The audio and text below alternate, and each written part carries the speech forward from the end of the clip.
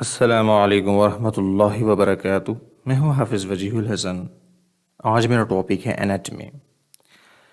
Anatomy basically biology की branch है और ये जो सब ब्रांच है ये मॉर्फोलॉजी की सब ब्रांच है, यानी कि है तो बायोलॉजी की ब्रांच लेकिन मॉर्फोलॉजी को आगे हमने डिवाइड किया हुआ है एक्सटर्नल एनाटॉमी में और इंटरनल एनाटॉमी में।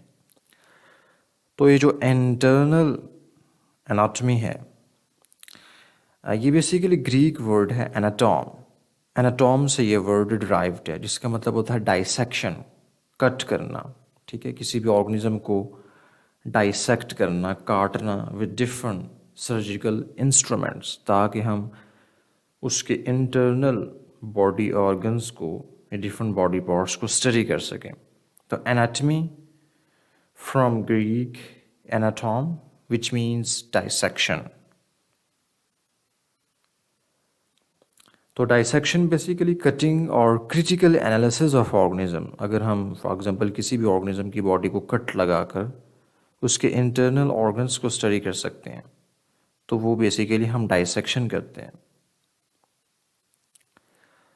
तो study of internal structure of an organism, किसी भी ऑर्गेनिज्म की बॉडी को कट लगाकर डाइसेक्ट करके उसके जो इंटरनल स्ट्रक्चर्स हैं उनको हम एक्सप्लोर करें, देखें उनकी शेप किस तरह की है, तो वो बेसिकली एनाटमी होगा।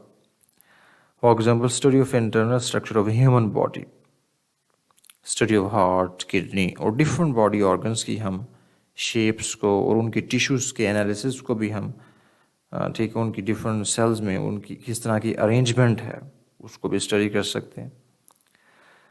तो अगर हम किसी भी ऑर्गेनिज्म की इंटरनल बॉडी फॉर्म को स्टडी करें, क्योंकि ये मॉर्फोलॉजी की ब्रांच है, बेसिकली है तो बायोलॉजी की लेकिन सब ब्रांच है मॉर्फोलॉजी की। तो अगर हम इंटरनल फॉर्म एंड स्ट्रक्चर को स्टडी कर रहे हैं, इंटरनल बॉडी फॉर्म और स्ट्रक्चर को, तो वो एनाटमी होगा।